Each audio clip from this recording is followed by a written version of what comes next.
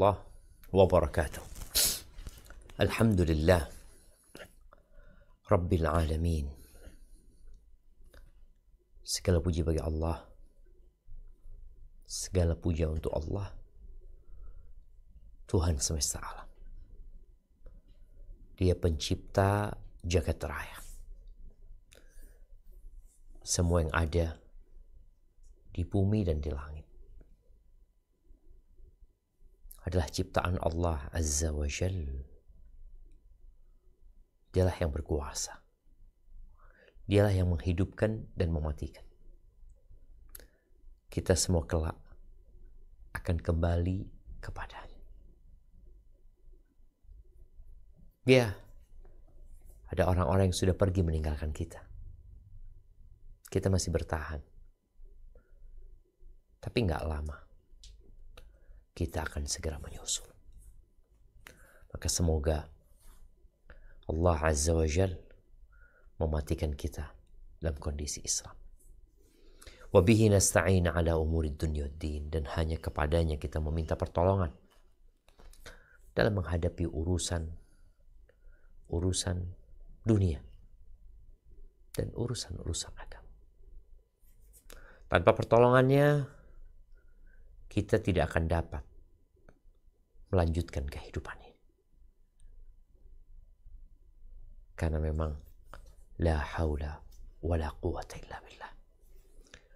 Berapa banyak urusan dunia, baik itu yang berkaitan dengan tubuh kita, fisik kita, jiwa kita, keluarga kita, pekerjaan kita, masyarakat kita,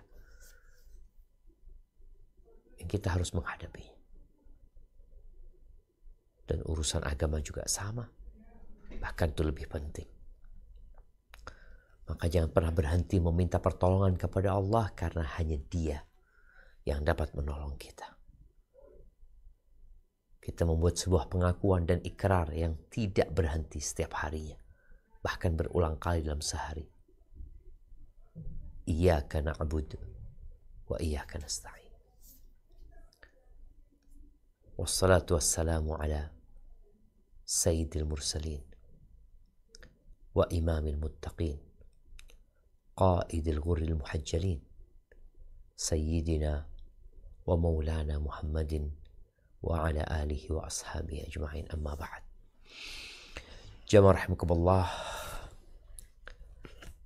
seorang muslim yang mengaku beriman, maka mau tidak mau dia harus belajar agar keimanan dia menyatu dengan hatinya. Agar keimanan dia bukan atas dasar ikut-ikutan, tapi berdasarkan sebuah keyakinan. Dan bicara iman, maka ada 6 rukun iman. Yang pertama, an tu'mina billah wa malaikatihi wa kutubihi wa rusulihi wal yaumil akhir wa tu'mina bil qadari khairihi wa syarrihi. Bicara rukun iman, maka engkau harus beriman kepada Allah Azza wa Jal. Allah itu ada. Dia Esa. Dia yang menciptakan dan memiliki segalanya.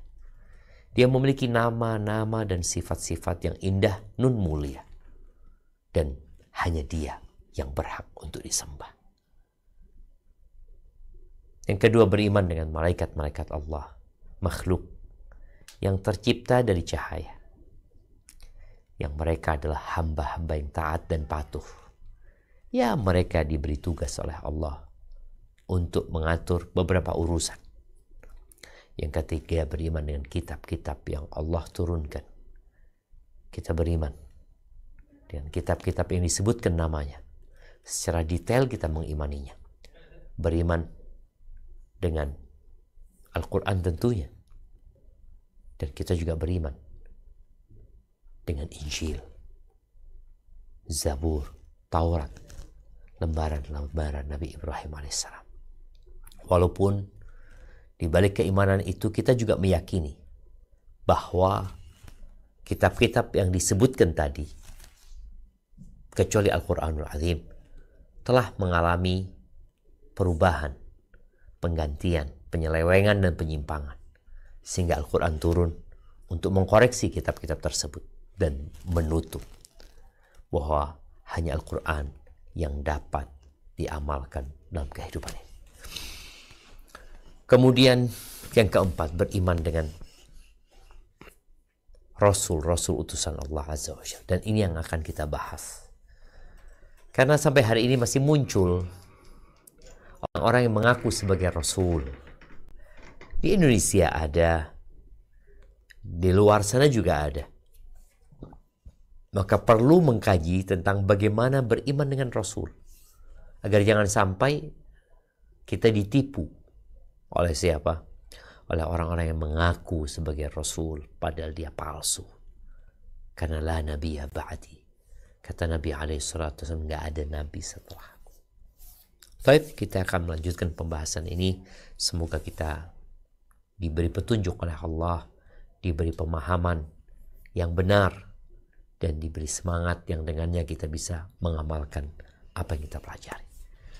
Nah, tafadhali. Nah, Ustaz. Bab 5, iman kepada Rasul. Poin A, definisi Nabi dan Rasul. Secara bahasa, kata Nabi berasal dari kata nabba'a dan anba'a. Berarti akhbaro atau mengabarkan. Yakni orang yang mengabarkan tentang Allah dan membawa kabar darinya. Atau berasal dari kata naba, berarti ala atau irtafa'a. Yakni makhluk yang paling mulia dan paling tinggi derajat serta kedudukannya. Barakallahu fikum. Ya, istilah Nabi dan Rasul sudah menjadi bahasa Indonesia yang kita biasa mendengar, membaca, dan menuliskannya. Dua kata ini berasalkan dari bahasa Arab. Dan kita tahu bahasa Indonesia adalah bahasa yang baru. Dia menyerap dari berbagai bahasa yang ada. Bicara Nabi, An-Nabi. Allah Azza wa Jalla memanggil Nabi SAW, ya ayyuhan Nabi. Dan di Al-Quran ada surat namanya Al-Anbiya, para Nabi. Apa sih sebenarnya arti Nabi? Nabi disebutkan secara bahasa berasal dari kata nabba'a yunabbi'u atau amba'a yumbi'u, yang artinya akhbara. Kalau kita melihat juz terakhir dari Al-Quranul Azim, juz amma, nama suratnya surat apa? Surat An-Naba. An-Naba, yang artinya berita. Amma yatasa'alun 'anin naba al-'azim. Jadi kalau merujuk kepada asal kata ini, maknanya adalah akhbar. Di sini pentingnya belajar bahasa Arab. Tidak sedikit penyimpangan-penyimpangan terjadi karena orang tersebut tidak memahami bahasa Arab dengan baik dan benar. Artinya akhbara, mengabarkan. Rasul berarti orang yang mengabarkan, membawa berita dari Allah Azza wa Jalla. Disebut Rasulullah. Karena nanti kita akan ketemu Rasul. Nabi SAW mengutus Rasul. Dan biasanya dulu ketika di awal perjuangan Islam, Nabi SAW mengirimkan surat-surat dan Rasul ke raja-raja yang ada di Jazirah Arab maupun di luar sana. Disebut utusan ini Rasul juga. Rasul. Rasulnya Nabi Muhammad SAW. Ada Rasulullah, ini Rasul adalah utusan yang dikirim untuk memberikan kabar. Itu afwan, kalau bicara Rasul ya, kita belum nyampe ke Rasul. Anaklah keduluan ya menyampaikan hal ini. Tapi kalau Nabi tadi disebut orang yang membawa berita. Atau berasal dari kata naba, yang artinya ala wartafa. Naba artinya yang naik, yang tinggi. Kenapa? Karena orangnya ini adalah orang yang berkedudukan mulia. Itu secara bahasa. Secara istilah kita akan baca. Nah, Secara istilah, Nabi ialah seorang yang merdeka, berkelamin laki-laki yang Allah beritahu tentang sebuah syariat agar ia mengajarkannya kepada para sahabat yang ada di sekelilingnya. Barakallahu fikum. Ya, bicara Nabi secara istilah, apa sih yang dimaksud dengan Nabi? Ada Nabi Idris, Nabi Musa. Maka disebutkan di sini, Nabi itu adalah orang merdeka, bukan budak. Kemudian dia laki-laki. Berarti nggak ada Nabi perempuan, nggak ada. Allah mengutus laki-laki. Dan kita tahu, walaysa dzakaru kal untha. Lelaki itu nggak sama dengan wanita. Secara apa? Ya, kalau secara taklif, mereka sama-sama diperintahkan untuk beribadah kepada Allah Azza wa Jalla. Mereka akan mendapatkan pahala dari apa yang mereka kerjakan. Tapi kita lihat perbedaannya. Perempuan tidak diwajibkan sholat Jumat. Berjamaah juga enggak. Jihad juga tidak. Laki-laki diwajibkan. Dia melaksanakan sholat Jumat. Makanya Rasul atau Nabi itu adalah seorang merdeka berkelamin laki-laki yang Allah memberikan wahyu kepada mereka agar mereka mengajarkan, disebutkan di sini, kepada para sahabat yang ada di sekelilingnya. Nanti kita akan tahu perbedaan antara Nabi dan Rasul. Taib, itu Nabi. Bagaimana dengan Rasul? Apa arti Rasul? Nah, silakan dibaca. Kata ar-Rasul secara bahasa berarti orang yang mengikuti kabar-kabar yang mengutusnya. Berasal dari ungkapan ja'atil ibilu rasalan. Unta datang secara berurutan, yakni berurutan. Kata ar-Rasul merupakan sebutan bagi risalah atau mursal, orang yang diutus. Kata irsal berarti pengarahan. Lanjutkan. Secara istilah, kata Rasul berarti seorang yang merdeka, berkelamin laki-laki, yang Allah beritahu tentang sebuah syariat dan dia menyuruhnya untuk menyampaikannya kepada siapapun yang tidak mengetahuinya atau yang menyelisihinya. Barakallahu fikum. Nih, kalau bicara Rasul adalah orang yang mengikuti kabar-kabar yang mengutusnya.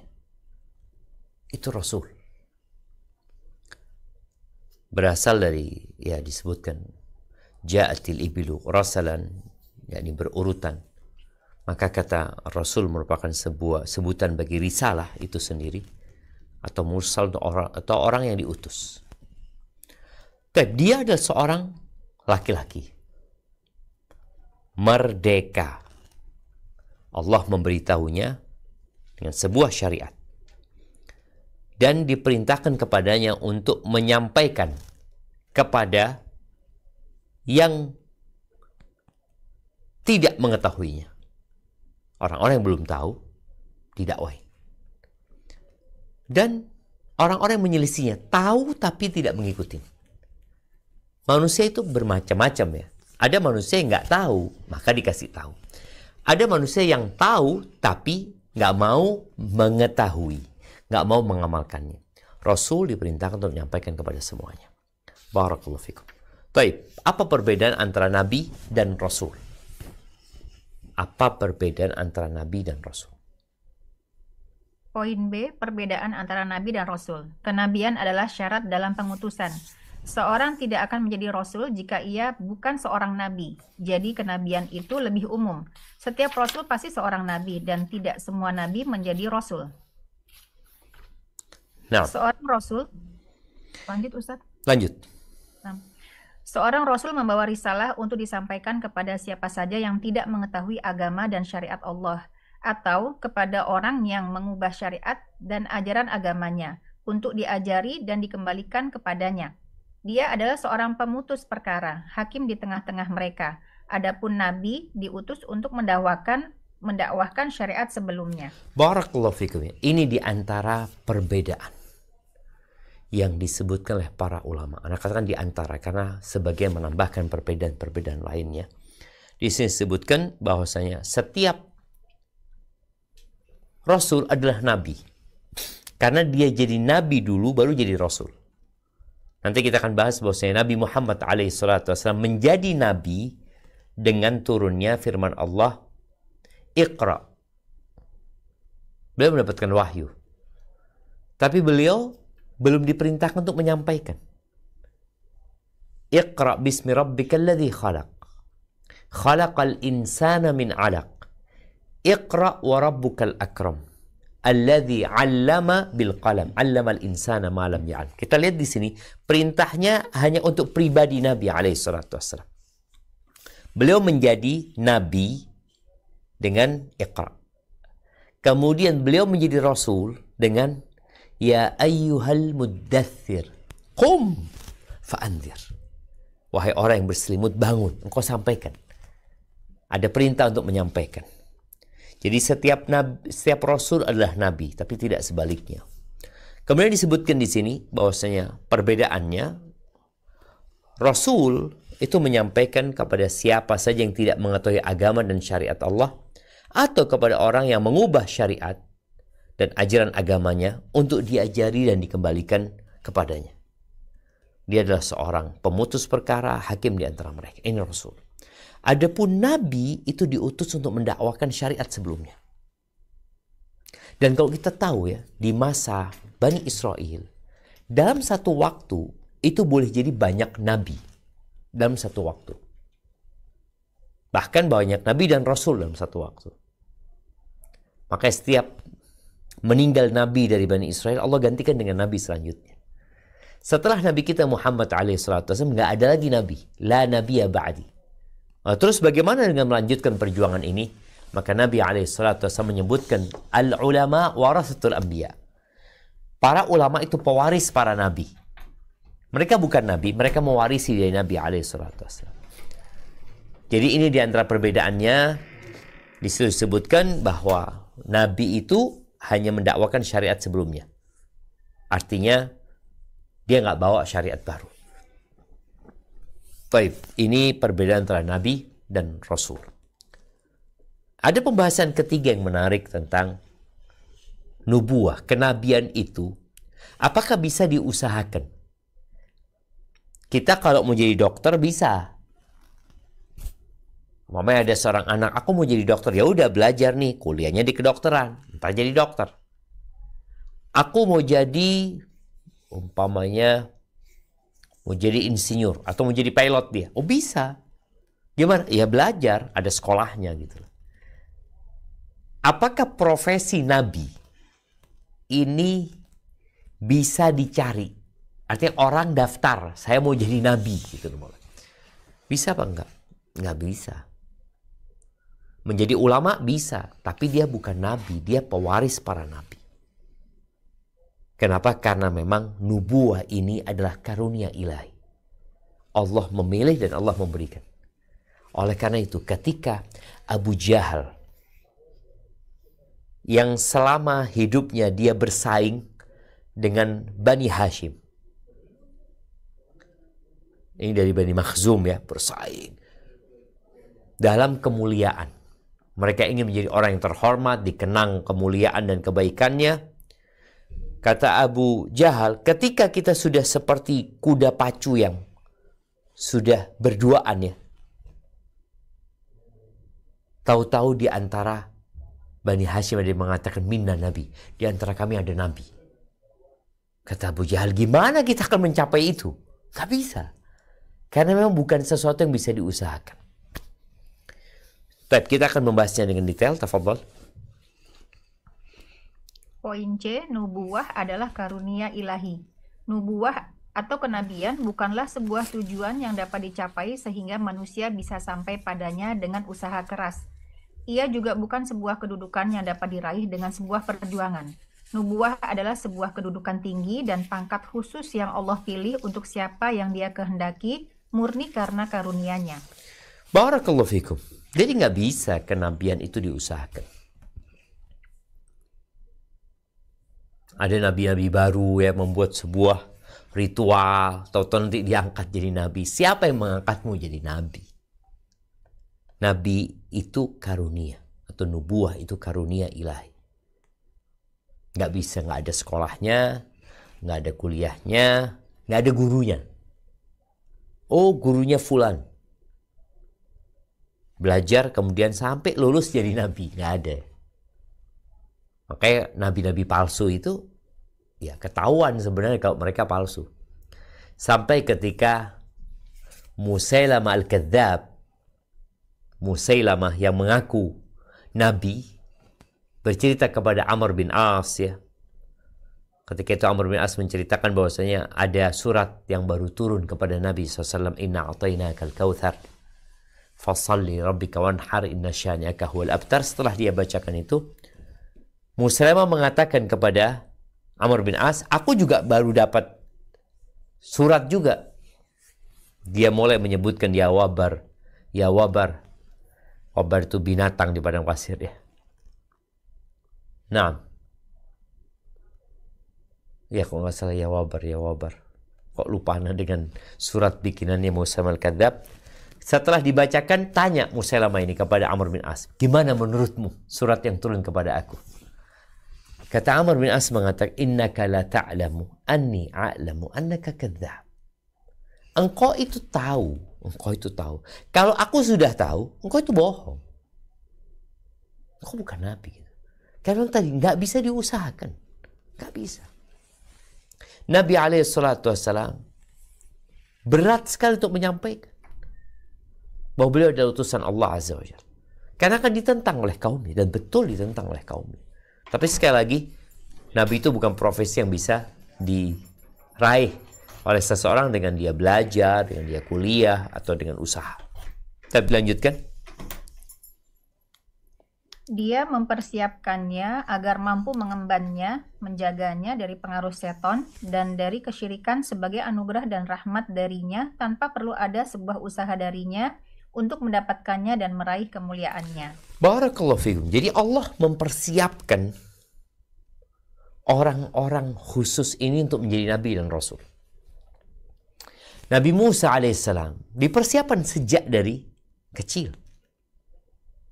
Bagaimana dibuang sama ibunya, dirawat oleh istrinya Fir'aun. Bagaimana kemudian meninggalkan istana menuju ke Madian. Karena kalau tetap di istana, ya dia akan hidup bergelimang harta, bermewah-mewahan. Allah keluarkan Nabi Musa dari istananya Fir'aun menuju ke Madian. Menjadi penggembala kambing di sana selama 10 tahun, bayangin. Ini bentuk persiapan Allah untuk mereka. Nabi Yusuf alaihissalam, bagaimana ketika dia hidup di rumahnya, penuh dengan manja dari keluarganya, khususnya dari ayahnya, akhirnya dipisahkan dari ayahandanya dan keluarganya sampai di penjara. Itu bentuk persiapan Allah Azza wa Jalla. Dan Nabi kita Muhammad alaihissalam dipersiapkan oleh Allah. Ayahnya meninggal dunia ketika beliau di perut ibundanya. Ditinggal mati oleh ibundanya ketika berumur 6 tahun. Dirawat oleh kakeknya.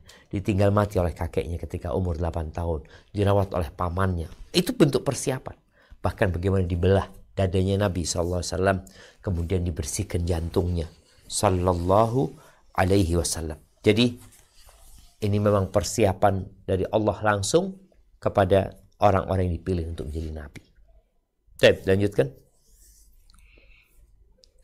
Nubuwah adalah karunia ilahi dan nikmat robbani. Sebagaimana firman Allah, A'udzu billahi minasyaitonir rajim. Ulaika alladzina an'ama Allahu 'alaihim minan nabiyyin wa min dzurriyyati Adam wa mimman hamalna ma'an وَمِمَّنْ حَمَلْنَا مَعَ نُوحٍ وَمِنْ ذُرِّيَّةِ إِبْرَاهِيمَ وَإِسْرَائِيلَ وَمِمَّنْ هَدَيْنَا وَاجْتَبَيْنَا. Mereka itu adalah orang-orang yang telah diberi nikmat oleh Allah, yaitu para nabi dari keturunan Adam, dan dari orang-orang yang kami angkat bersama Nuh dan dari keturunan Ibrahim dan Israel, dan dari orang-orang yang telah kami beri petunjuk dan telah kami pilih. Surat Maryam ayat 58. Lanjutkan. Dia Allah Ta'ala berfirman kepada Musa, Inni stofaituka 'alan nasi birisalati wa bikalami. Sesungguhnya aku memilih atau melebihkan kamu atas manusia yang lain pada masamu untuk membawa risalahku dan untuk berbicara langsung denganku. Surat Al-A'raf ayat 144. Lanjutkan. Dia Azza wa Jal juga menceritakan perkataan Yakub kepada anaknya Yusuf alaihi salam. Wa kadzalika yajtabika rabbuk, dan demikianlah Rabbmu memilihmu untuk menjadi nabi. Surah Yusuf ayat 6. Barakallahu fikum. Kita lihat ayat-ayat ini menjelaskan dengan lugas bahwasanya kenabian itu anugerah. Bukan sesuatu yang bisa diusahakan. Tapi anugerah Allah Azza wa Jalla. Nabi Musa ketika diutus kepada Fir'aun, Nabi Musa menyampaikan kepada Allah, "Ya Allah, utuslah Harun." Minta kepada "Farsilhu ma'iya rid'an yusaddiquni." Jadikan Harun juga Rasul. Ini permintaan Nabi Musa. Agar Harun yang lebih fasih ngomongnya menjadi pendamping Nabi Musa dalam menyampaikan risalah ini. Dan Allah kabulkan. Ini bukti bahwasanya nggak bisa Harun otomatis karena saudaranya Nabi dia jadi Nabi, nggak. Tetap Allah Azza wa Jalla yang mengangkat seorang menjadi Nabi, menjadi Rasul. Dan ini benar-benar karunia Allah Jalla Jalaluh yang tentunya nggak bisa orang mengusahakan hal itu. Mau seperti apapun ibadahnya nggak akan pernah engkau berubah menjadi Rasul. Apalagi sekarang nih, setelah meninggalnya Nabi Muhammad SAW, udah nggak ada la nabiyya ba'di. Ketika tidak ada Nabi setelahku, apalagi Rasul. Karena ingat, semua Rasul adalah Nabi, tidak semua Nabi adalah Rasul. Nah, lanjutkan. Dia juga mengingkari orang-orang yang berpandangan bahwa salah seorang pemuka kaum di Mekah dan Taif, yaitu Al-Walid bin Al-Mughirah dan Urwah bin Mas'ud Ats-Tsaqafi, lebih berhak menjadi nabi. Dia mewahyukan kepada Muhammad Shallallahu Alaihi Wasallam dan menjelaskan bahwa dialah Rabb yang maha mengatur urusan makhluk dan yang membagi rizki mereka. Tidak seorang pun berhak ikut campur dalam menentukan siapa yang berhak mendapat rahmat, menjadi nabi, dan mengemban risalah.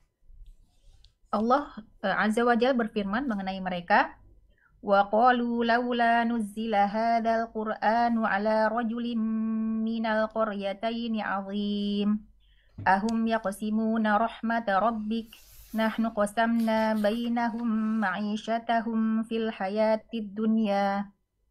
Dan mereka berkata, mengapa Al-Quran ini tidak diturunkan kepada seorang besar dari salah satu di antara dua negeri Mekah dan Taif ini? Apakah mereka yang membagi-bagi rahmat Rabbmu? Kami telah menentukan antara mereka penghidupan mereka dalam kehidupan dunia. Surat Barakallahu fikum. 31-3. Nah, kita lihat di sini bagaimana orang-orang musyrikin mengingkari. Kenapa kok beliau yang jadi Rasul gitu? Kenapa kok Nabi Muhammad alaihi salatu wassalam, Muhammad bin Abdullah bin Abdul Muttalib bin Hashim, kok dia yang jadi Rasul? Mereka berpikir seharusnya ya kalau enggak Al-Walid ibn Al-Mughirah, bapaknya Khalid bin Walid, Urwah bin Mas'ud Ats-Tsaqafi. Ini dua tokoh di masyarakat. Jadi dua orang ini orang kaya, tokoh di masyarakat, yang sudah dikenal kebijakannya, ucapan-ucapan dia. Kok tahu-tahu yang diutus adalah anak muda? Muhammad SAW. Maka disebutkan, loh, yang bisa mengutus dan mengangkat seorang menjadi nabi dan rasul itu cuma Allah Azza wa Jalla. Jadi nggak bisa kemudian mereka protes. Mereka juga minta, kenapa kok yang diutus manusia? Kenapa kok bukan malaikat? Loh, kok ini siapa? Makanya kita akan lihat bagaimana pembuktian bahwa mereka adalah rasul. Nah, dilanjutkan. Allah Azza wa Jalla mengancam orang-orang yang melampaui batas yang mengatakan, kami tidak akan beriman hingga kami diberi seperti apa yang diberikan kepada Rasul-Rasul Allah. Yaitu, wa idza ja'athum ayatun qalu qalu lan nu'mina hatta nu'ta mithla ma utiya Rasulullah. Allahu a'lamu haitsu yaj'alu risalatah. Sayusibul ladina ajramu sagharun 'indallahi wa 'adzabun syadidun bima kanu yamkurun. Apabila datang sesuatu ayat kepada mereka, mereka berkata, kami tidak akan beriman sehingga diberikan kepada kami yang serupa dengan apa yang telah diberikan kepada utusan-utusan Allah. Allah lebih mengetahui di mana Dia menempatkan tugas kerasulan. Orang-orang yang berdosa nanti akan ditimpa kehinaan di sisi Allah dan siksa yang keras disebabkan mereka selalu membuat tipu daya. Surat Al-An'am ayat 124. Ayat-ayat tersebut secara jelas menyebutkan bahwa nubuah tidaklah didapat dengan kedudukan atau usaha. Ia adalah nikmat dan rahmat Allah yang Dia berikan untuk sebagian makhluknya dengan ilmu dan hikmahnya, bukan untuk orang yang mencari dan menginginkannya. Allahu Akbar. Nah, bagaimana orang-orang itu mengingkari kenapa Rasulnya kok fulan? Kenapa kok bukan fulan? Maka Allah Azza wa Jalla katakan, Allahu a'lamu haitsu yaj'alu risalatah. Allah itu lebih mengetahui di mana Dia menempatkan tugas kerasulan. Allah lebih tahu. Kenapa kok fulan? Kenapa kok Nabi Yusuf kok bukan yang lainnya? Kenapa kok Nabi Musa alaihissalam? Kenapa? Kenapa kok Nabi Nuh? Kenapa kok Nabi Hud? Kenapa kok Nabi Saleh? Allahu a'lamu haitsu yaj'alu risalatah. Allah lebih tahu, lebih mengetahui siapa yang berhak dijadikan Rasul oleh Allah Azza wa Jalla. Cuma orang-orang ini sebenarnya adalah orang-orang yang mengingkari karena kesombongan mereka. Bukti yang lainnya beriman kok. Kenapa kok nggak beriman? Karena sombong dan congkak. Dan kita tahu al-kibru batarul haq wa ghamtun nas. Yang namanya sombong itu menolak kebenaran dan meremehkan orang lain. Baik, kita sudah selesai nih. Kita mengetahui bahwasanya Rasul dan kenabian adalah anugerah ilahi yang tidak dapat dicari. Kemudian para ulama berusaha untuk menyimpulkan, mengkaji apa sih sifat-sifat yang wajib ada di Rasul. Bukan berarti orang yang punya sifat ini kemudian dia berhak untuk mendaftar jadi Rasul. Enggak, ini hanya kesimpulan yang diambil oleh para ulama dari para Rasul yang diutus oleh Allah Azza wa Jalla. Nah, silahkan dibaca. Poin D, sifat-sifat Rasul dan mukjizat mereka. 1. Sifat-sifat Rasul. Dari definisi yang telah disebutkan, kita tahu bahwa Rasul adalah seorang yang merdeka, berkelamin laki-laki, yang Allah pilih di antara manusia yang paling baik nasabnya. Dia menjadikannya berakal sempurna, berhati suci, dan diciptakan paling mulia, untuk menunaikan tugas-tugas agung di antaranya, menerima wahyu, melaksanakan dan menyampaikannya, serta memimpin umat. Sifat dan akhlak mereka menjadi teladan yang paling baik. Barakallahu fikum. Nih, kita lihat bahwasanya Rasul adalah seorang laki-laki yang tentunya baik nasabnya, berakal sempurna. Ini yang kalau kita baca di kitab-kitab terdahulu berkaitan dengan sifat Rasul, ada sifat wajib ya. Yang 4, sidik, amanah, fatanah, dan tabligh. Rasul itu berakal sempurna. Kemudian berhati suci. Dan kita tahu bagaimana jantung Nabi SAW dikeluarkan dari dadanya kemudian dicuci. Kemudian diciptakan paling mulia. Makanya nggak ada sebenarnya orang-orang yang dipilih jadi Rasul, kemudian kaumnya kecewa. Maksudnya kaumnya kecewa dari sisi, loh ini orang nggak benar gitu. Enggak. Semua orang percaya kalau ini orang mulia. Sebelum jadi Rasul, tuh orang-orang sudah mulia. Udah dipersiapin sama Allah Azza wa Jalla untuk menjadi Rasul. Dan ya kalau bicara sifat dan akhlak mereka adalah yang paling baik ya. Makanya nggak akan ditemukan para Rasul yang memiliki akhlak buruk. Bukan berarti mereka itu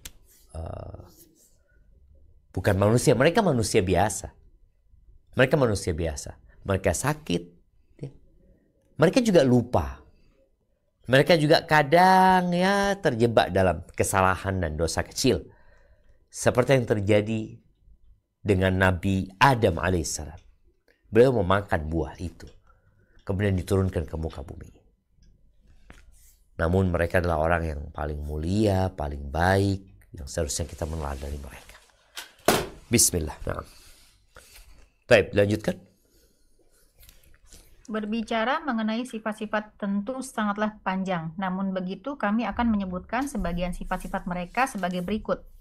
A. Jujur atau siddiq. Allah Azza wa Jalla menceritakan kepada Rasulnya bahwa mereka adalah orang-orang yang jujur. Dia berfirman, Hadza ma wa'ada ar-Rahman wa sadaqal mursalun. Inilah yang dijanjikan Rabb yang Maha Pemurah dan benarlah Rasul-Rasulnya. Surah Yasin ayat 52. Dia menyifati sebagian mereka dengan sifat itu. Dia berfirman tentang Khalilnya, Nabi Ibrahim alaihi salam, Wadhkur fil kitabi Ibrahim, innahu kana siddiqan nabiyya.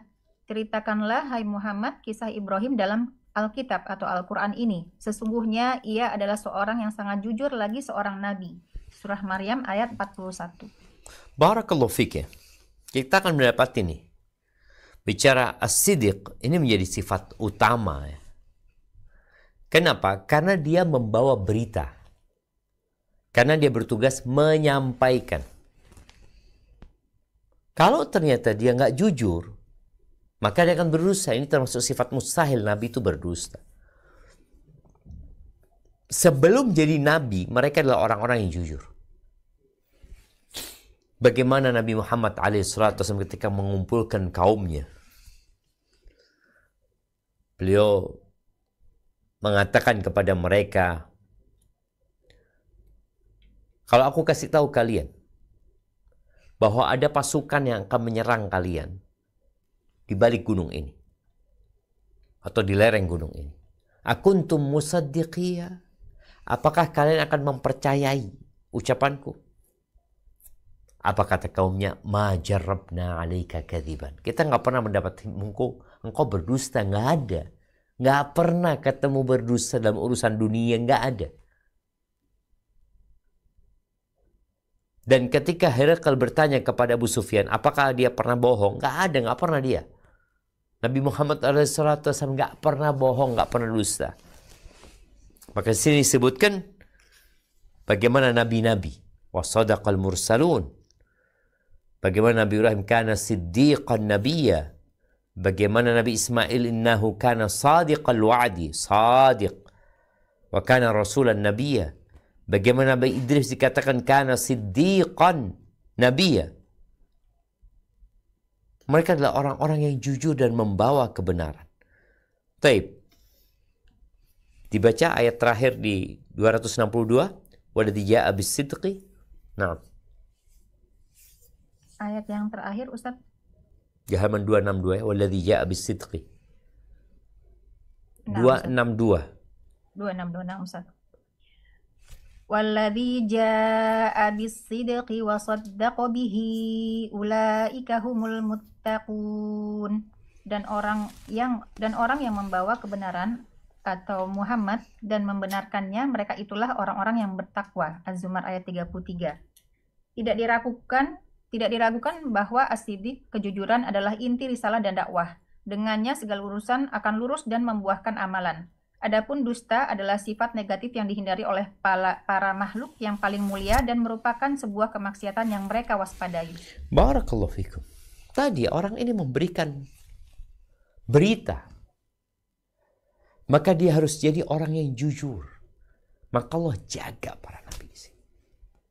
Seringkali Anda baca berita di koran, di media sosial, yang tidak benar. Yang beritanya dibuat-buat, ditambah dan dikurangi. Bahkan kita sebagai pelaku dalam berita itu, kita jadi baca, kok bisa sih ya? Kok bisa ditambahin gini? Kok bisa dikurangin? Maka orang-orang yang memberitakan sebuah kejadian kepada orang lain harus jujur. Dan para nabi adalah orang yang paling jujur. Sehingga apa yang disampaikan beliau adalah kebenaran dan beliau membenarkan hal itu. Tapi itu sifat yang pertama. Yang kedua, Poin B, sifat yang kedua, sabar. Allah Azza wa Jalla mengutus Rasul-Rasulnya kepada manusia sebagai pemberi kabar gembira dan peringatan, menyeru mereka untuk taat kepada Allah dan memperingatkan mereka agar tidak menyalahi perintahnya. Ini tentu tugas yang berat dan sulit. Tidak setiap orang dapat mengembannya. Tetapi mereka adalah orang-orang pilihan yang pantas untuk memikulnya. Barakallahu fikum. Ya, jamaah rahimakumullah. Kita tahu, menjadi orang baik itu akan dihormatin dan dielu-elukan oleh masyarakat. Kalau antum jadi orang baik di kantor, di masyarakat, orang akan mengatakan, Masya Allah, fulan orang baik. Tapi ketika antum posisinya naik dari baik menjadi orang yang memperbaiki orang lain, maka antum akan dibenci. Maka dibutuhkan kesabaran. Dalam rangka apa? Dalam rangka menyampaikan agama Allah. Engkau akan disakiti, engkau akan diganggu, engkau akan diusir, bahkan kau mungkin dibunuh dan mati di tangan kaummu. Maka kesabaran menjadi sifat wajib yang ada. Dan bukan hanya berkaitan dengan para nabi sebenarnya. Setiap muslim itu diperintahkan untuk bersabar. Fasbir kama sabara ulul azmi minar rusul. Sabarlah engkau seperti sabarnya ya para, nanti kita akan baca ya, ulul azmi minar rusul ini. Bagaimana disuruh bersabar. Sahabat-sahabat Nabi yang mengikuti Nabi, sebagaimana Nabinya diperintahkan untuk bersabar, para sahabat-sahabatnya dan pengikutnya juga harus bersabar. Baik, lanjutkan. Dalam berdakwah, para rasul menemui berbagai macam rintangan dan siksaan. Namun, itu semua tidak mampu menyurutkan semangat mereka dan menghentikan langkah kaki mereka. Allah Azza wa Jalla mengabarkan kepada kita kisah-kisah sebagian nabi berikut siksaan yang mereka jumpai dalam berdakwah dan kesabaran mereka dalam memenangkan al-haq dan meninggikan kalimat Allah Azza wa Jalla. Dia menyuruh nabinya Muhammad SAW untuk bersabar sebagaimana sabarnya para rasul ulul azmi. Dia berfirman, Fasbir kama sabaru ulul azmi minar rusuli wa la tasta'jil lahum ka'annahum yawma yarawna ma yu'aduna lam yalbathu illa sa'atan min nahar balaghum fahal yuhlaku illal qawmul fasiqun. Maka bersabarlah engkau seperti orang-orang yang mempunyai keteguhan hati dari rasul-rasul yang telah bersabar, dan janganlah kamu meminta disegerakan azab bagi mereka.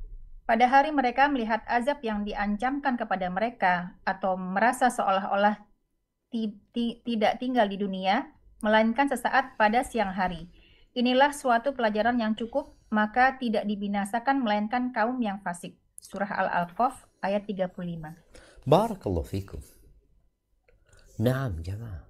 Seorang yang sudah pindah levelnya, memperbaiki orang lain, kau akan disakiti.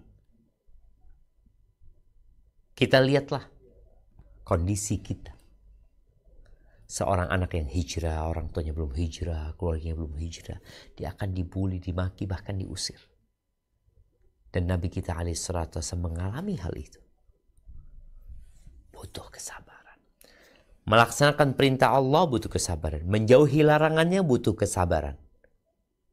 Mendapatkan musibah butuh kesabaran. Dan sabar yang paling berat adalah sabar dalam menjalankan perintah Allah Azza wa Jalla. Barakallahu fiik. Nah, lanjutkan. Dia juga memerintahkan untuk memaparkan kisah yang Allah ceritakan mengenai apa yang terjadi pada Nabi Nuh, Ibrahim, Musa, dan Isa bersama umat mereka. Berikut rintangan dan siksaan yang mereka hadapi. Mereka semua bersabar dan bersabar hingga Allah Azza wa Jalla memenangkan urusannya. Sungguh, dalam perjalanan hidup Nabi kita Muhammad SAW terdapat teladan yang paling baik dalam hal sabar. Beliau telah diingkari, disiksa, bahkan diboikot oleh kaumnya sendiri. Namun begitu, Beliau senantiasa bersabar hingga Allah Azza wa Jalla memenangkan agamanya dan meninggikan kalimatnya. Tentu kisah-kisah tersebut tidaklah cukup untuk diceritakan secara rinci dalam lembaran-lembaran yang sangat terbatas ini, tetapi semuanya itu terdapat di dalam Kitabullah Al-Quran. Barakallahu fikum. Ya, kalau bicara bagaimana sabarnya para rasul ya. Tadi disebutkan Nabi Nuh berdakwah selama 950 tahun. Beliau menghadapi kaumnya, menghadapi istrinya, menghadapi anaknya. Capek, lelah jemaah. Bagaimana Nabi Ibrahim alaihissalam menghadapi orang tuanya sendiri. Menghadapi kaumnya. Beliau juga punya masalah di dirinya, udah bertahun-tahun gak punya anak. Bagaimana setelah Nabi Musa bertahun-tahun mendakwain Fir'aun. Nabi Isa alaihissalam dikejar-kejar mau dibunuh. Nabi kita Muhammad alaihissalam jangan ditanya sampai hijrah meninggalkan kota Mekah. Bagaimana ketika beliau meninggalkan kota Mekah ke Taif. Di Taif dilemparin batu alaihissalam. Kemudian beliau hijrah ke kota Madinah nantinya. Bagaimana perang Uhud yang membuat beliau terluka, patah giginya alaihissalam. Pamannya meninggal, anak-anaknya meninggal. Butuh apa? Sabar. Makanya nggak sabar nggak boleh berdakwah. Yang tidak bersabar, nih kalau teman-teman mungkin mau berdakwah nyampaikan agama Allah, kemudian kau nggak sabar, jangan kau berdakwah. Loh kenapa Ustaz? Anak ingin menyampaikan agama Allah. Iya. Tapi ketika engkau menjadi pewaris Nabi, engkau hanya mewarisi ilmu, tapi tidak mewarisi adab dan akhlak mereka, engkau akan merusak, padahal dalam rangka memperbaiki. Anak ingat cerita beberapa masyayikh, kalau kau nggak punya sabar, nggak usah dakwah. Ada yang kerja marah-marah ini itu, udah nggak usah dakwah, biar yang lainnya.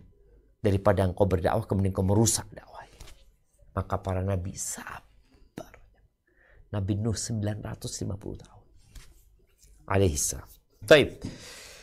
Kita akan berpindah ke pembahasan tentang mukjizat para rasul. Bagaimana kita tahu rasul itu adalah benar? Ada banyak. Ada banyak cara atau ada banyak dalil bagaimana kita mempercayai para rasul. Di antaranya adalah dengan mukjizat. Bukan satu-satunya, tapi dengan mukjizat menjadi salah satu cara untuk membenarkan para utusan Allah. Nah, silakan dibaca.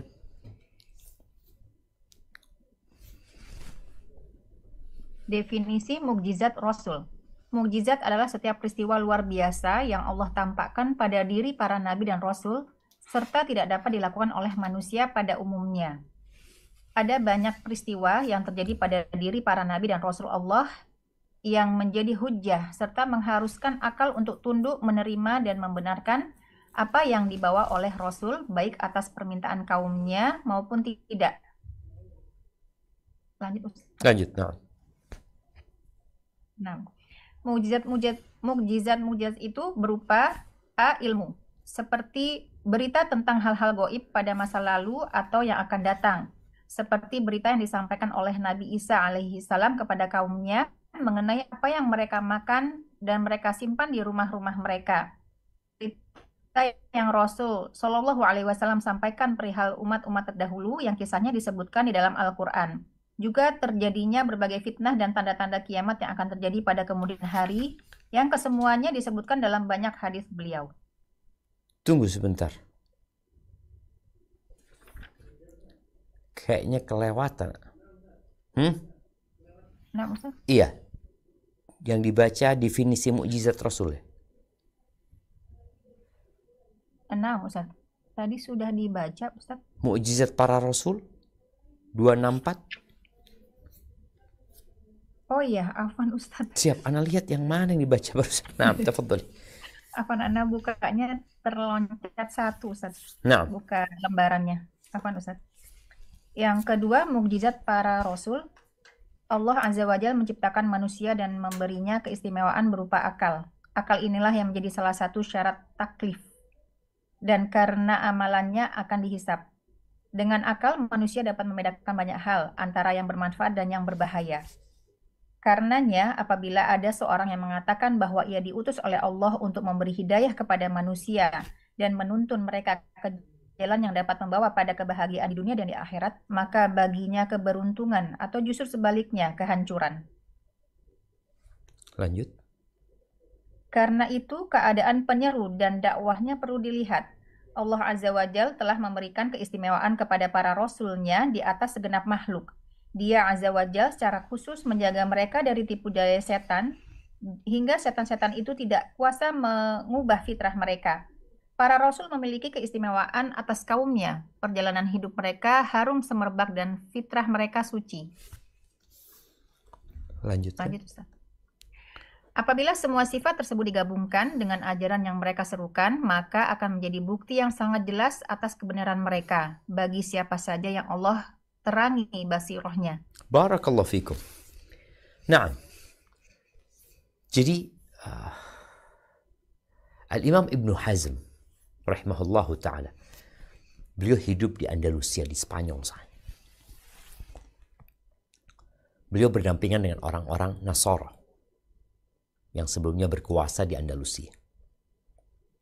Lalu beliau mengatakan, kalau Nabi Muhammad SAW tidak memiliki mukjizat kecuali perjalanan hidupnya, cerita kehidupan beliau, itu cukup untuk menetapkan beliau ini utusan Allah Azza wa Jalla.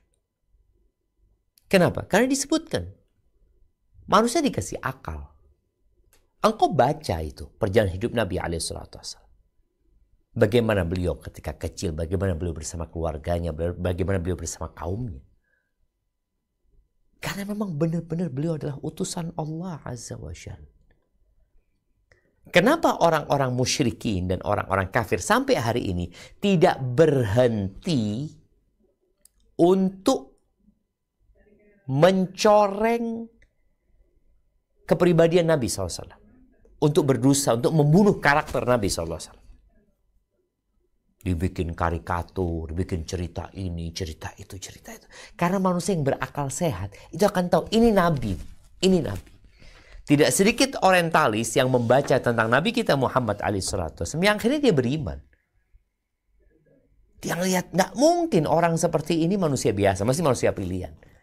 Tadi dia adalah utusan Allah Azza wa Jalla.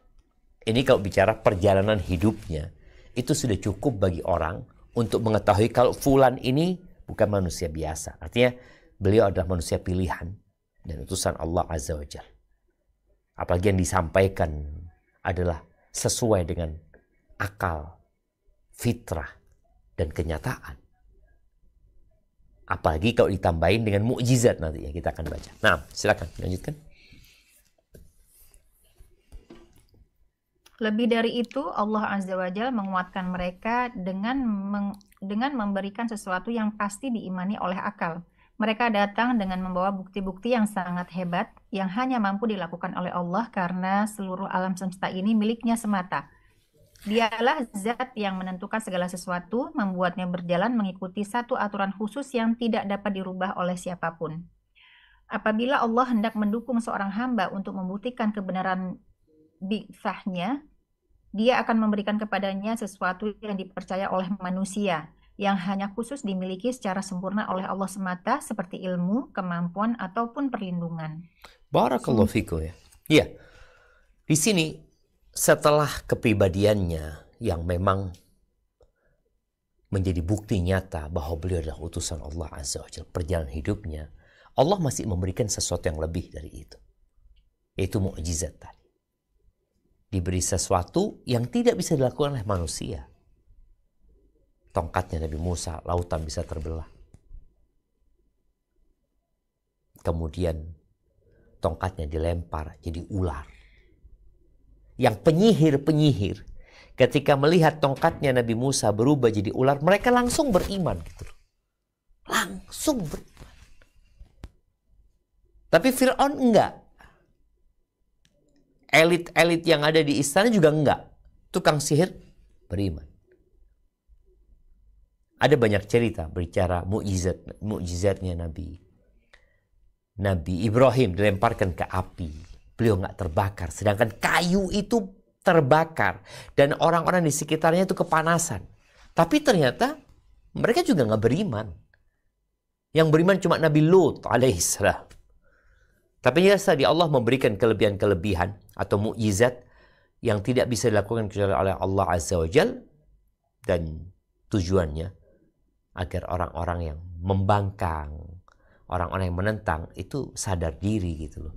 Kalau ini nggak bisa dilakukan, tapi yang ada mereka malah menentang dan mereka mendatangkan yang semisalnya.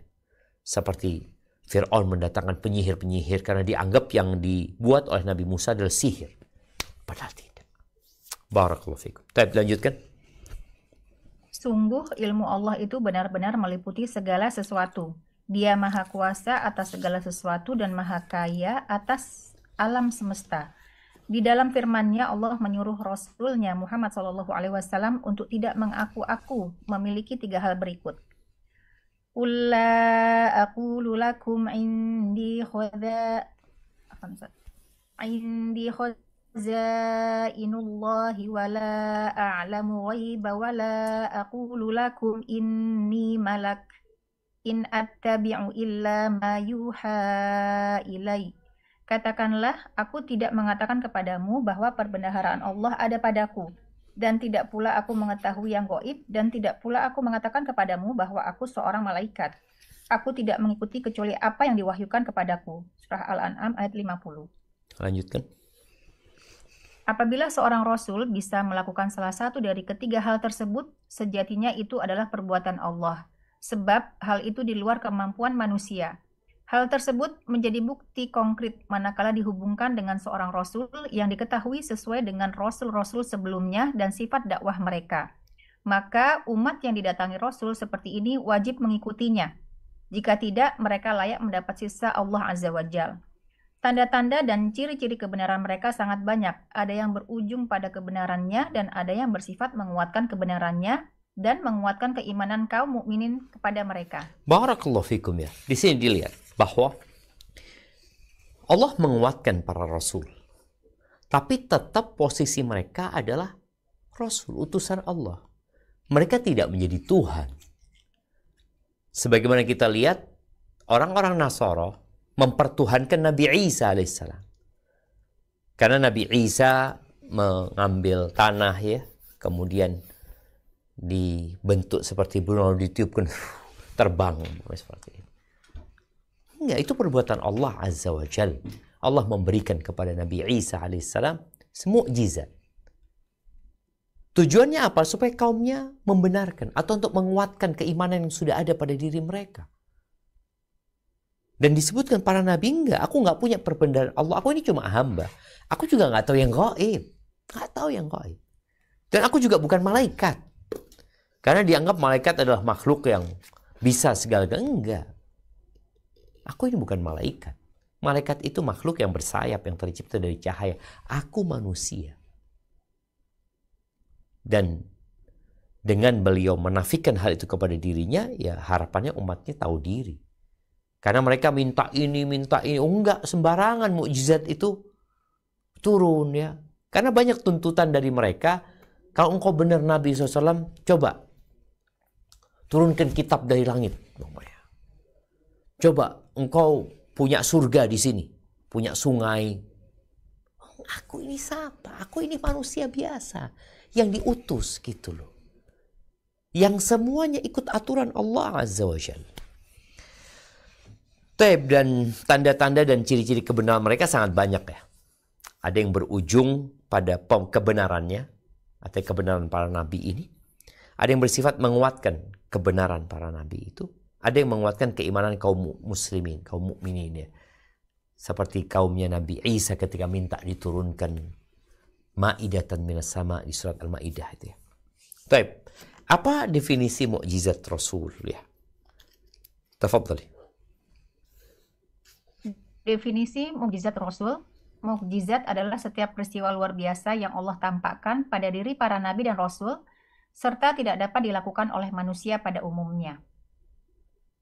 Ada banyak peristiwa yang terjadi pada diri para nabi dan rasul Allah yang menjadi hujah, serta mengharuskan akal untuk tunduk, menerima, dan membenarkan apa yang dibawa oleh rasul, baik atas permintaan kaumnya maupun tidak. Barakallahu fikum ya. Mukjizat itu Tadi ini bicara mukjizat.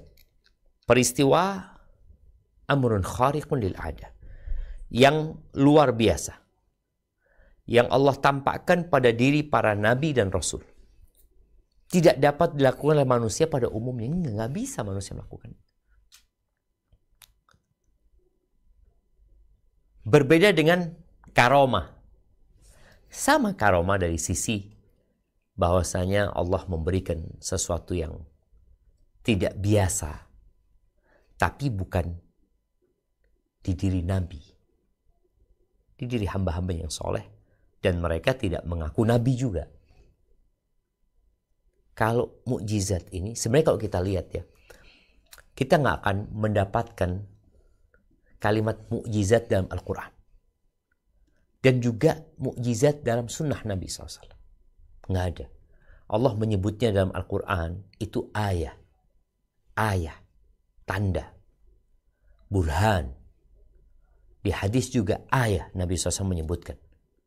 Tapi kemudian menjadi istilah mukjizat. Artinya orang itu nggak bisa untuk menantang ini gitu loh. Membuat mereka jadi berserah, pasrah. Iya benar. Kalau ini kami nggak bisa melakukannya. Tapi tadi belum tentu yang melihat mukjizat para nabi beriman. Bagaimana mereka minta tanda kepada Nabi SAW, lalu Allah belah lautan, Allah belah afan, Allah belah bulan di surat Al-Qamar. Baik. Mukjizat itu berupa apa saja? Coba dilanjutkan. Mukjizat itu berupa ilmu. Seperti berita tentang hal-hal gaib pada masa lalu atau yang akan datang. Seperti berita yang disampaikan Nabi Isa alaihi salam kepada kaumnya mengenai apa yang mereka makan dan mereka simpan di rumah-rumah mereka. Berita yang Rasul Shallallahu Alaihi Wasallam sampaikan perihal umat-umat terdahulu yang kisahnya disebutkan di dalam Al-Quran. Juga terjadinya berbagai fitnah dan tanda-tanda kiamat yang akan terjadi pada kemudian hari yang kesemuanya disebutkan dalam banyak hadis beliau. Barakallahu fikum. Jadi di antara mukjizat itu bentuknya ilmu. Seperti informasi yang Nabi sampaikan sallallahu alaihi wasallam bahwa di antara tanda-tanda kiamat wa antaral hufatar urata ru'asya, engkau akan melihat ya tuh orang-orang Badui, orang-orang Arab penggembala kambing yang separuh telanjang mungkin ketika dia mengembalakan kambing itu. Apa yang terjadi sama mereka? Mereka akan berlomba-lomba meninggikan bangunan. Dan kalau kita lihat bangunan tertinggi di dunia itu di Arab sana. Mereka dulu adalah Badui yang nomaden, yang tidak berpikir untuk bangun rumah, menetap. Mereka tenda rumahnya. Tapi tahu-tahu mereka menetap. Dan mereka membangun bangunan tinggi-tinggi. Dan kita melihat itu di Arab sana. Ini ilmu.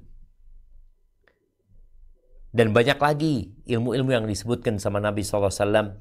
Tidak akan terjadi kiamat sampai orang-orang akan keluar api. Ya, akan keluar api di kota Madinah yang menerangi onta-onta yang ada di Busra sana. Dan itu terjadi.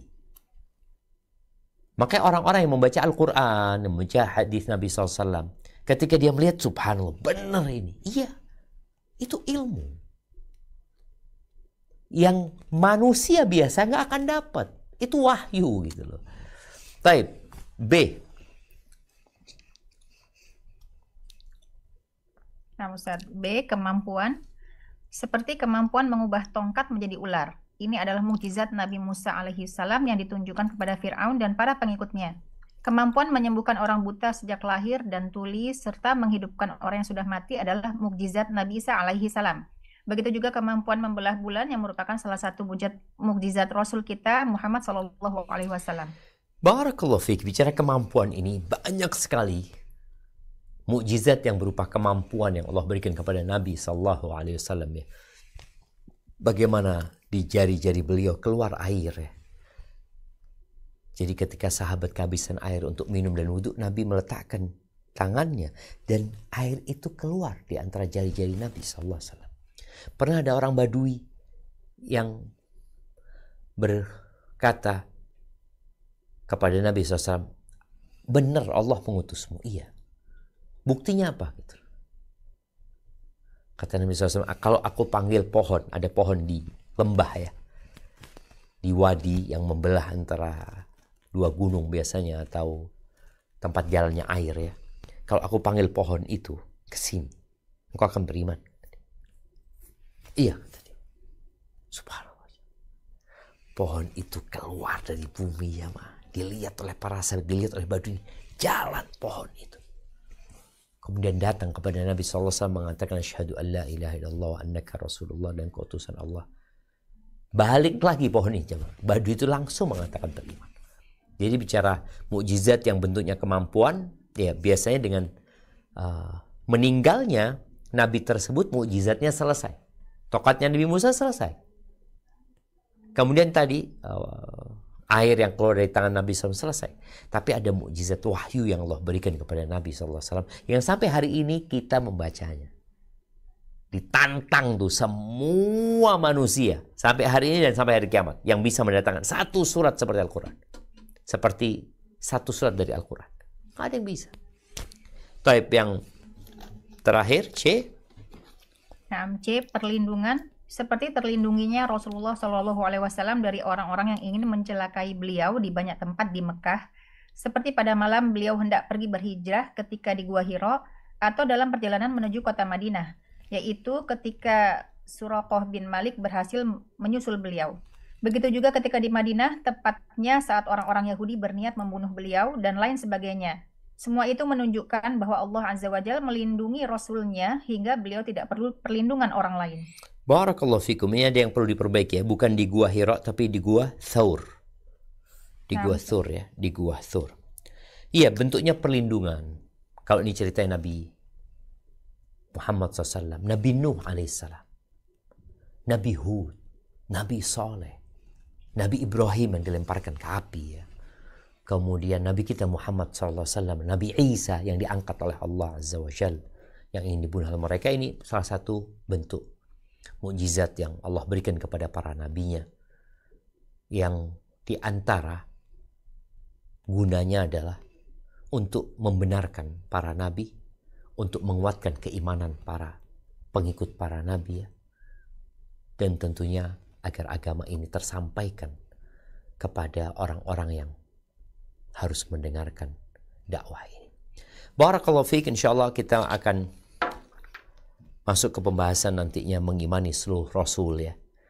Umat Islam itu adalah umat yang tidak egois ya. Umat yang kalau bicara beriman ya mengikuti apa perintah Allah dan Rasulnya. Umat Islam itu beriman kepada semua Rasul. Beriman kepada Nabi Isa, beriman kepada Nabi Musa, dan Nabi dan Rasul-Rasul lainnya. Barakallahu fiik. Kita mungkin masuk ke sesi tanya jawab. Nah, Anda kembalikan ke moderator kita. Jazakillah khair. Nah, Ustadz, pertanyaan pertama Ustadz, mohon dijelaskan Ustadz pada surat Al-Ahqaf tadi, ketika bahasan sifat-sifat yang dimiliki oleh Rasul sabar tadi Ustadz. Tadi ada pada kalimat pada hari mereka melihat azab yang diancamkan kepada mereka, merasa seolah-olah tidak tinggal di dunia, melainkan sesaat pada siang hari. Ini maksudnya bagaimana Ustadz? Mohon pencerahannya Ustadz. Barakallahu fikum. Iya, berkaitan dengan ayat terakhir di surat Al-Ahqaf ya, di mana Allah Azza wa Jalla memerintahkan kepada Nabi SAW untuk bersabar seperti sabarnya ulul azmi minar rusul. Para nabi itu tidak satu tingkatan. Mereka berbeda-beda kedudukannya. Yang paling utama tentunya Nabi kita Muhammad alaihissalam. Allah perintahkan kepada Nabi SAW untuk bersabar karena beliau lelah, capek, diganggu, disakiti oleh orang-orang musyrikin. Diingatkan, engkau sabarlah seperti sabarnya ulul azmi minar rusul ya. Jangan terburu-buru dengan ya berusaha untuk meminta kepada Allah Azza wa Jal agar mereka diazab. Karena mereka, orang-orang itu kan mengatakan, kalau engkau benar, turunkan azab buat kami. Jangan. Engkau sabar menghadapi mereka. Sampaikan kepada mereka agama Allah dengan cara yang baik dan benar ya. Jangan terburu-buru. Kemudian Allah Azza wa Jalla menjelaskan bahwasanya azab itu akan turun. Mereka yang menentang para nabi, menentang para rasul, memerangi dakwah ini, mereka akan mendapatkan azab. Nah, di sini Allah sebutkan ka'annahum yauma yarawna ma yu'adun ya. Ketika mereka nanti, orang-orang yang sekarang menentang dakwah ini, bertahun-tahun seperti Abu Jahal. Kenapa Abu Jahal itu kok nggak mati-mati ya? Terus terang ketika Anda baca sejarah, kenapa ya Allah kok tidak mematikan Abu Jahal yang mengganggu Nabi SAW? Sampai Nabi hijrah. Kemudian ketika perang Badar terbunuh di sana. Artinya waktunya panjang sekali, baru dia diazab. Maka Allah ingatkan, tuh orang-orang yang menentang, pada hari mereka melihat apa yang dijanjikan azab tentang neraka ya, seakan-akan mereka diazab di neraka, mereka tertawa, mereka bersenang-senang. Jamaah rahimakumullah, jangan bicara api neraka, api dunia. Siapa yang mampu tertawa ketika masuk ke api dunia? Api dunia aja. Nggak usah bicara engkau tentang api neraka, api dunia. Karena api neraka itu 70 kali api dunia. Cuma satu bagian dari 70 api dunia ini. Dan para sahabat mengatakan, kalau api dunia itu yang digunakan untuk mengadab kita di hari akhir nanti, udah cukup menyiksa. Gimana dengan 70 kali lipat tadi? Maka yang dimaksud dengan ayat ini tadi, bahwasanya orang-orang itu ketika masuk neraka, melihat azab Allah, mereka akan lupa dengan semua kenikmatan dunia. Kalau ditanya berapa lama kau hidup di dunia, aduh cuma sedikit, cuma sebentar gitu loh. Karena mereka akan merasakan azab tersebut. Jadi seperti itu mungkin yang dimaksud dengan ayat yang tadi kita baca. Nah Ustaz, jazakumullah khairan ya Ustaz. Afwan, Anda masuk ke pertanyaan yang masuk ke chat pribadi Anda, Ustaz. Tafadhal. Assalamualaikum Ustaz. Waalaikumsalam warahmatullahi Izin wabarakatuh. bertanya, Afwan, apa yang harus Anda lakukan sebagai akhwat yang ayahnya sudah wafat tapi ibu dan keluarga lainnya menyuruh untuk kuliah jurusan hukum pidana, sedangkan tempatnya menjadikan safar tanpa mahram, lalu ikhtilat juga di kampus, cari mahram tidak ada yang bisa mengantar, mau menikah juga tidak boleh karena disuruh sarjana dulu. Sedangkan hati ini sudah sangat sedih dan gelisah dengan kuliah ini. Mohon pencerahannya dan nasihat Ustadz. Jazakumullah khairan. Masya Allah, barakallah fiik. Naam, ahibati fillah. Allah Azza wa Jalla berfirman, fattaqullaha mastata'tum. Bertakwalah kepada Allah sesuai dengan kemampuan kalian. Ya, banyak orang tua berpikir anaknya harus menjadi mesin pencari uang. Karena dipikir kalau engkau nggak sarjana, kalau engkau nggak kuliah, engkau nggak bisa cari duit. Dan ini pandangan yang perlu diperbaiki ya. Bagi ucapan nggak boleh nikah kecuali sarjana. Emangnya ketika sarjana belajar menjadi istri? Enggak. Nih laki-laki yang kuliah sekarang, emangnya belajar jadi suami? Emang belajar menjadi bapak? Enggak. Belajar cari duit. Yang dibikin cari fulus gitu. Makanya sekarang pun kita melihat ada banyak orang-orang sukses itu ya nggak kuliah. Tapi bekerja. Dan sekarang pun ijazah S1 mamanya tidak terlalu penting dibandingkan dengan keahlian dan skill yang dimiliki orang tersebut.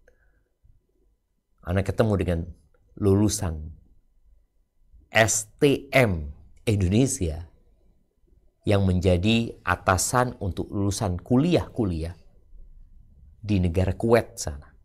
Karena dia punya skill, dia punya pengalaman yang banyak. Baik, kembali kepada pertanyaan, apa yang harus dilakukan? Yang pertama,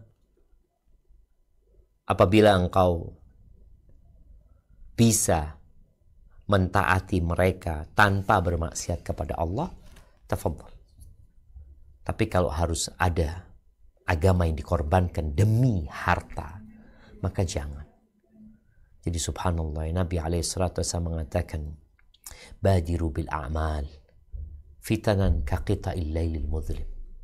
Kalian segera beramal sebelum datang fitnah-fitnah seperti potongan malam gelap gulita.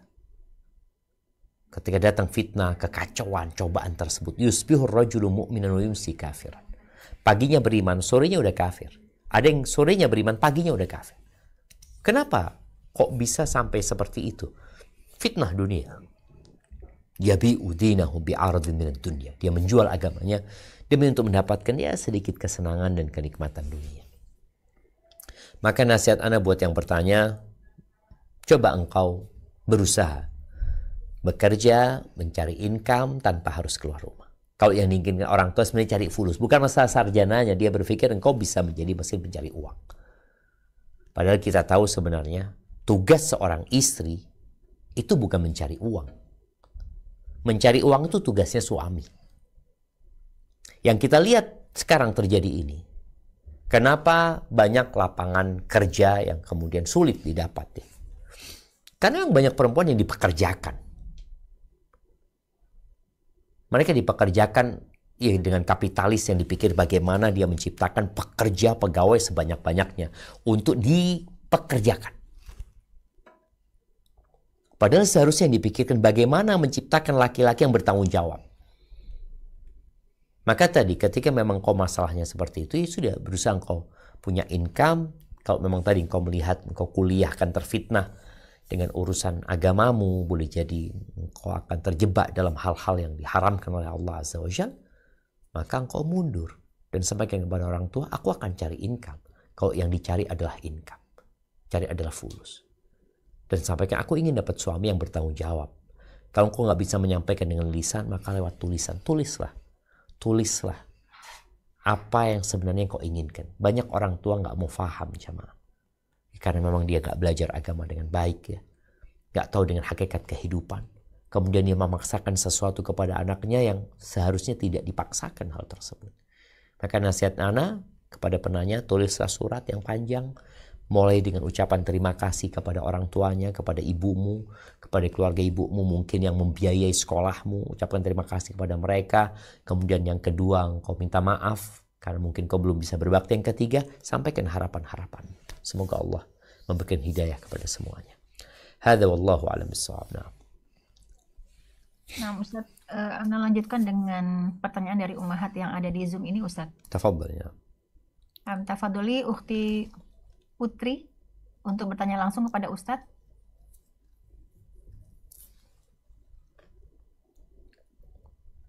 Ukhti Putri, silahkan.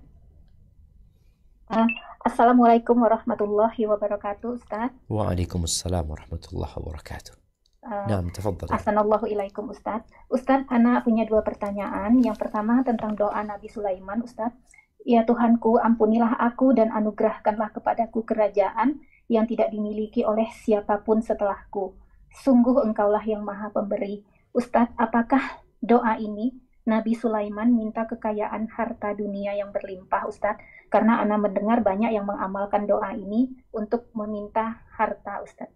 Yang kedua, Ustadz, ini masih bulan Zulhijjah, Ustadz.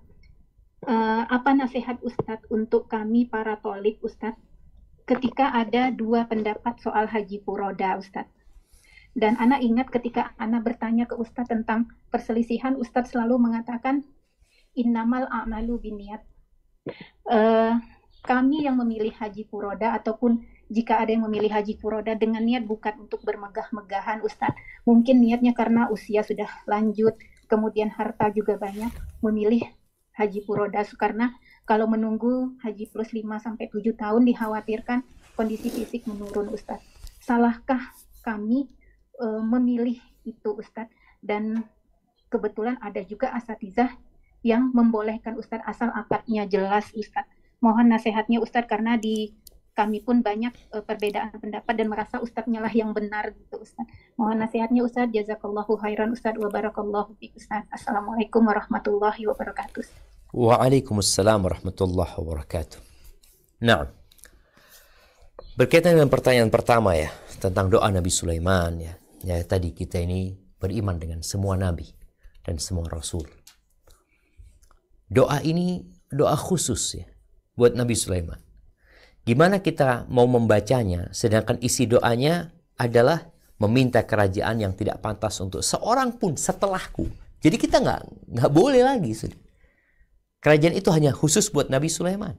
Bagaimana yang namanya jin-jin tunduk kepada beliau. Bagaimana Allah berikan angin kepada beliau yang bisa memindah pasukan beliau dari satu tempat ke tempat lainnya. Dan jarak 1 bulan hanya ditempuh dengan di pagi hari saja mereka sudah sampai ke sana.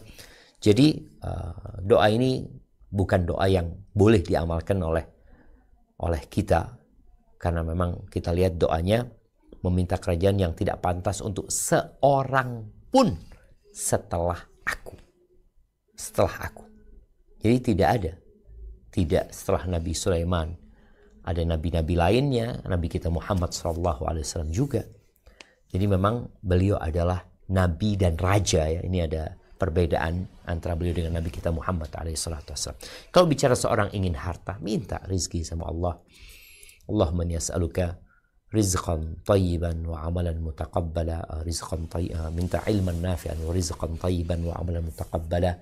Panggil nama Allah, ya Razzaq, ya khair raziqin, berikan rizki kepada aku gitu ya. Atau doa yang Nabi SAW panjatkan buat Anas bin Malik, Allahumma akthir malahu wa waladahu wa barik lahu fih.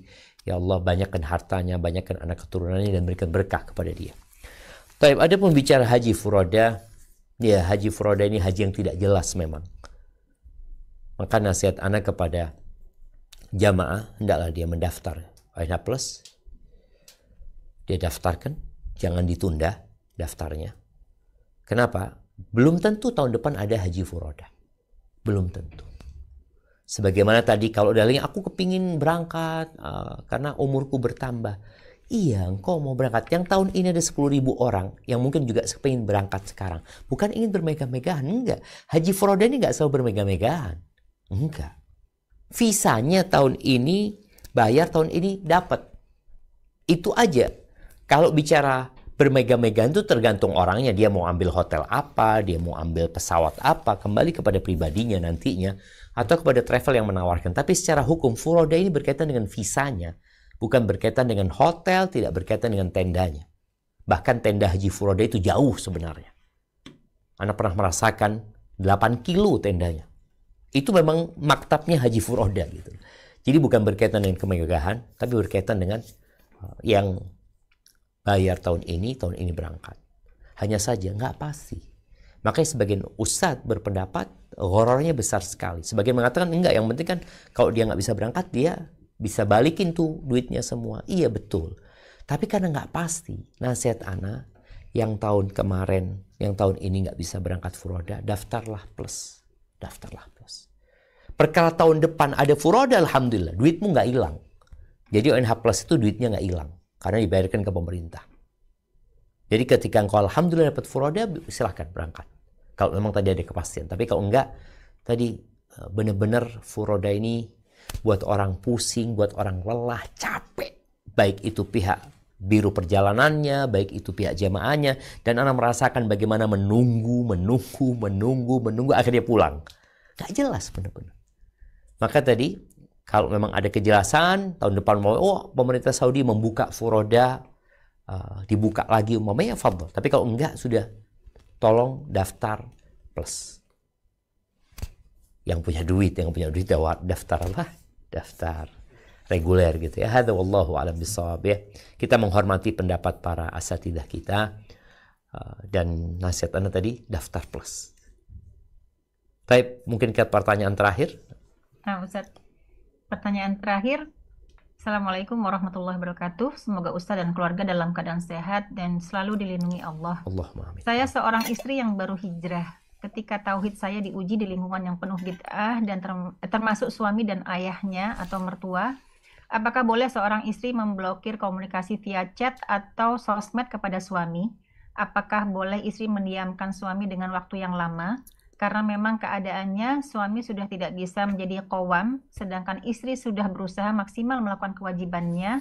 Saya sudah di titik lelah kesabarannya dan berserah diri untuk rumah tangga kepada Allah. Akhirnya saya hanya fokus saja kepada anak tanpa memperdulikan suami. Apakah saya berdosa, Ustadz? Mohon penjelasannya, Ustadz. Jazakumullah khairan. Barakallahu fiik. Nah, ya, kepada yang bertanya ini, karena dia nyampaikan baru belajar. Memang kadang-kala orang belajar itu semangat sampai lupa adab dan etika kadang-kala. Maka nasihat ana, muliakan suami. Tadi kita bahas Nabi SAW disuruh sabar. Nabi Nuh 950 tahun. Engkau seperti apa dengan suamimu? Bagaimana dengan kerabat-kerabatmu? Kadang-kala kita ini, kalau melihat ada kemungkaran banyak di lingkungan kita, kita ingin semuanya habis. Padahal boleh jadi harus bertahap gitu. Nggak bisa semuanya langsung. Tadi yang berkaitan dengan tauhid, berkaitan dengan kesyirikan. Itu yang diperbaikin dulu, nanti pindah 2, 3, 4. Dan sebagai seorang istri, layani suamimu dengan baik. Dan minta maaf sama suamimu atas apa yang sudah terjadi. Minta maaf sama dia. Mungkin selama ini engkau merasa ya suaminya yang salah. Sampaikan kepada suamimu, bang, aku minta maaf, aku sedang belajar. Aku sedang belajar, aku ingin jadi lebih baik lagi, yang mungkin ada banyak kesalahan, maka mohon maaf. Seperti itu. Dan kepada lingkungan tadi juga sampaikan, maaf, aku sedang belajar. Aku ingin Islamku ini, Islam seperti yang diamalkan para sahabat Nabi SAW bersama Nabi SAW. Maka jadilah istri yang soleha. Jadilah istri yang memuliakan suami. Berikan pelayanan kepada suami double.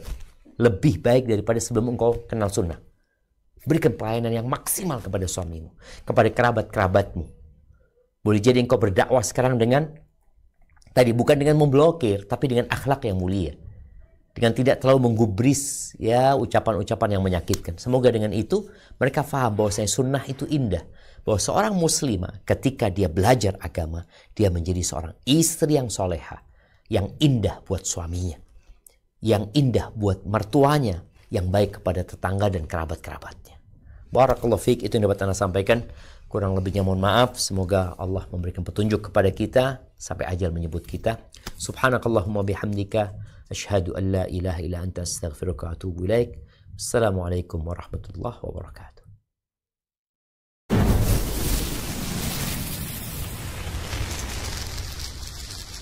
Samasi, it's different.